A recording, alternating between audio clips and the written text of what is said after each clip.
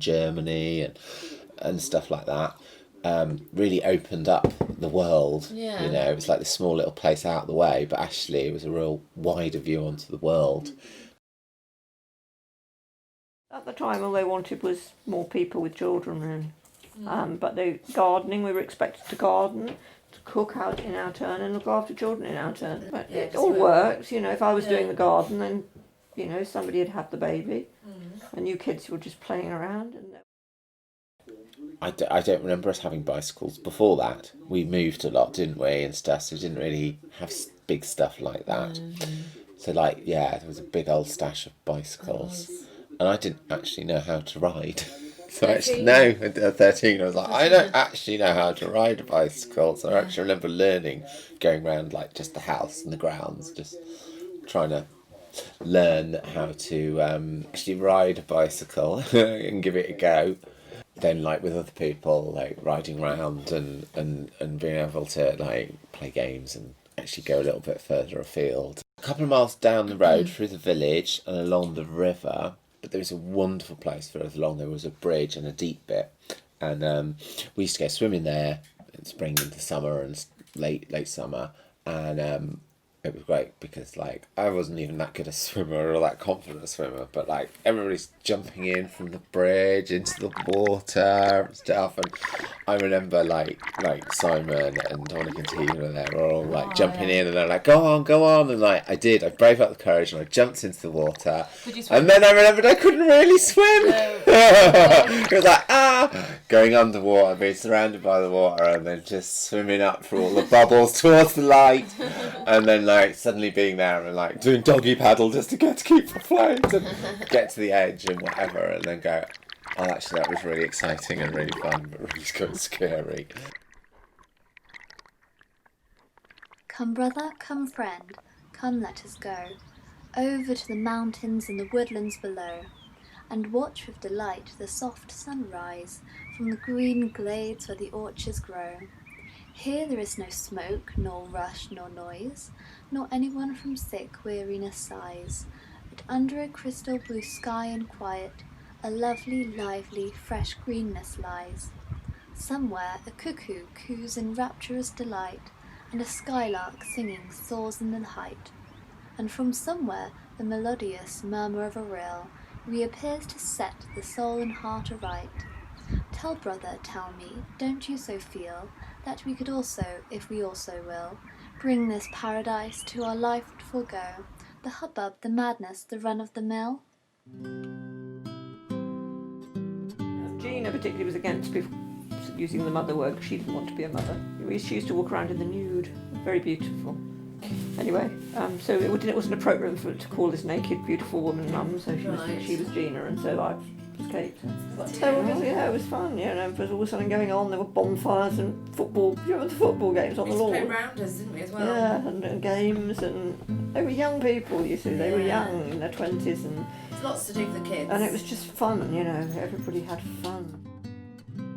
Pretty thriving when we moved They here. had the cows, they had animals, they were looking after regularly, they were growing vegetables. They went, while I was here, they were trying to work towards getting the organic certificate so they could sell more vegetables. They even built a sort of wooden barn to be a shop, you know, like a sort of farm shop thing to sell the vegetables. Right. At the time, it was like the roof was a big problem that needed quite a lot of money, so they were trying to earn money, and they do other jobs outside the commune, because essentially when people were doing it, it was all self-sufficient people who were not working or earning money or claiming benefits. No, weren't we? None of that. I mean, some people might have got some child benefit, but nobody was whatever. So occasionally they take decorating jobs, Right. or other bit small jobs, working jobs on the farm. So yeah, it was kind of quite tight. Yeah.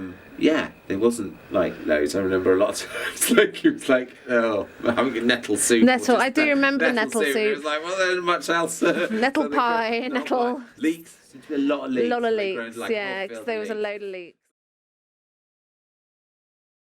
Because it was a big building, there was lots of different space. Like us growing up, and like lots of brothers and sisters always having to share space, or be a bit doubled up or whatever. But there was a lot of space there, so it actually allowed space to get away from each other, really, or have space outside or a different room. I remember Simon getting his own room and stuff like that, and you know, it's like suddenly there was a bit more space for us all. It was lovely, really. It was a lovely time.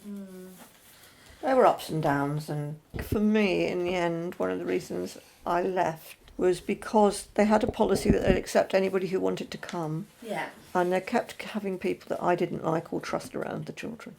Yeah. And in the end, they wouldn't change that policy that anybody could come, and I didn't think it was going to work for me. So I applied to Lifespan Community, but there was a waiting period. During that time, I went to live at Duat Station because I was only ever temporary for a couple of months while I heard from Lifespan. Right. If that hadn't worked, I'd have tried another commune. I got someone to drive me there and talk to the farmer, and it was £5 a week. There was no water, we had to get it from the state. I remember that bit, yeah, from when Alan and Kate were there and when we were living there. But obviously, yeah, I do have memories of living, swimming in the lake there, and You learned to swim there?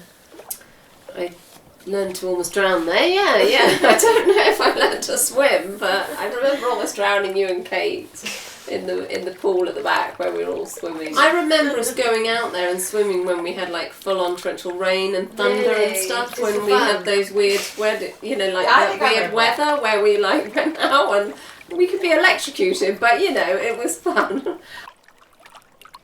And then beautiful walk through that wood where there was like. You used to walk quite far in the middle, and then it would just be incredible waterfalls. I just remember absolutely incredible. Like I remember sitting in it, feeling like it was your own little sort of swimming pool. I don't know, it was amazing. And being out there all day for hours, hours and hours and hours and hours, and just coming back when it was dark. And well, we were only there for the summer, but it was fun. The lake, you could swim in the lake. I used to swim in the lake. And then when a train come, if I was swimming, so I didn't have anything on, I would be hiding behind the reeds. We had the rest of the summer and it was lovely. And I used to dress up in my frock that I'd treated myself to, and my straw hat, and I had curly red hair. And I was then 30 something. Yeah, it was such a beautiful place. Memories are due out. Steam railway to get up the Welsh hills. From Portmaddock to Blaen y Festiniog, halfway between, right up in the hills. No neighbours, not near neighbours, and obviously, but then being right on top of right in front of steam railway, which was kind of fun because like we get on the railway to go to town and whatever and stuff like that. Old simple house, no electric, real sort of early days type house. Cooking on the open fire with a frying pan. Yeah. Basic food. And basic foods, pancakes and bubble and squeak. Yeah. I remember going out and fetching wood and chopping wood, Alan chopping wood and making sure that we always had sort of fuel and say if we went to the cinema or something, I remember having to walk quite a trek where we walked through the woods. Do you remember that? When we saw E.T. Well, we all saw E.T. Mother took me, you, Luke and Simon, didn't we? Yeah, I do remember that we had trip. to walk back. In the dark.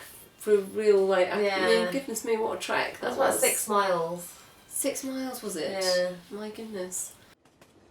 We used to go down on the train. You helped Mike and Julia with the buffet on the train, didn't you? You used to throw sweets out. The kids would run, and sometimes Laurie would try and run with the train, and the train would deliberately slow down so he could beat it and get to the before them. And we used to play poker because there was no TV or anything. We used to play poker for sweets. Do you remember? You'd save the sweets. And there were polos. There were chocolates for the top prizes, and the ones who smoked, there were cigarettes. And then we went to Lifespan, which was a far better commune, much better run, and much more what I wanted out of a commune. I worked, earned my keep.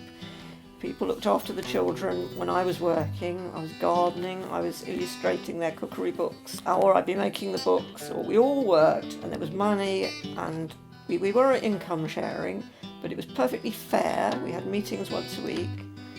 People who had children kept their child benefit for things the children needed, so I wasn't hard up. I had a few jobs which I wasn't terribly good at, but I was quite sort of. I think one of my jobs was quite often we used to have a really big greenhouse conservatory at the back. One of my jobs was Probably not all the time, but just it was happened to be one of my jobs. And a chap called Salvo wasn't so keen on the kids not doing what they were sort of meant to do, so made a point of sort of spending most of the morning trying to find me. And then when he did find me, I was roller skating through the house, which I wasn't meant to be doing. So he picked me up and put me over his shoulder and locked me in the greenhouse until I actually sprayed all the plants. And instead of doing that, I decided to break out the back and go off and leave home into the moors. And half an hour later came back and realised no one had noticed and came back and actually did my job. But yeah. Loved Lifespan. It was great. There was stuff to do, you know, like whether it was getting involved in the printing cooperative, which I helped make paper plates printed. And what I remember is just this wonderful 2 rows of houses out in the moors on a hillside.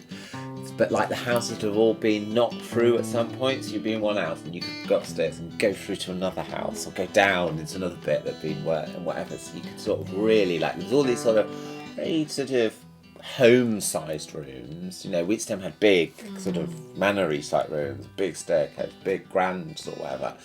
But Lifespan was more homely. It was smaller rooms and units and whatever. It was really good because started to get that sort of respect more as an adult, or the way that people treated you, from being just part of a member of family to being part of a community that kind of looked on you for responsibility, but also looked on you as an adult and respected what you might have to say or how you might feel. So a lot of feeling meetings, you know, meetings about how we're feeling. Oh, I remember the snow.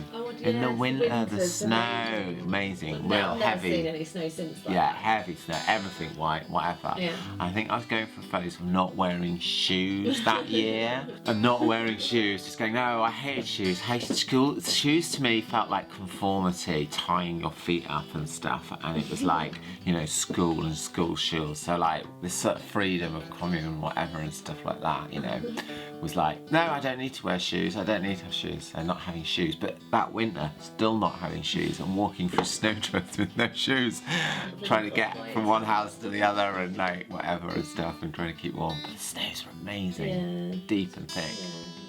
When we first left Lifespan, I went back to Wheatstone with Kevin for a while, by which time the Travellers were living there. And it turned out, because Kevin was still only about 20, 21, and a lot of the people there on the buses were people he knew, he'd been to school with. They were all posh boys from private schools and girls. They were. From there, we went back up to Yorkshire again. I have been to Wheatstone a few times, and I used to visit. That's when the fire happened. I was visiting Wheatstone because Alan had been pestering me to say he wanted some of the family photographs and he was going to come around and get them and all this. So I thought, right, I said, I'll bring them and you choose what you want. So they were all with me in this room at the front. I went out for a drink with Mary and a couple of other people for the night. When we came back, the house was on fire. Because what had happened is somebody had left a candle burning in the bus at the front, and the bus had fuel in it. You imagine, you know, in drums, you imagine the fire. And of course, it wasn't the fire that destroyed my photos, it was the water that they've played on the front of the house. Yeah, so that was the end of all our family photographs. That's why we don't have any. Yeah, so we, I think I was 10 when we left. Really loved being there, but it was sad because I knew that you and Luca stayed on, didn't you, when we left? And so it was me, Harriet and Laurie left with Kevin and Kate. And moved to Sheffield, but yeah, I really missed it there.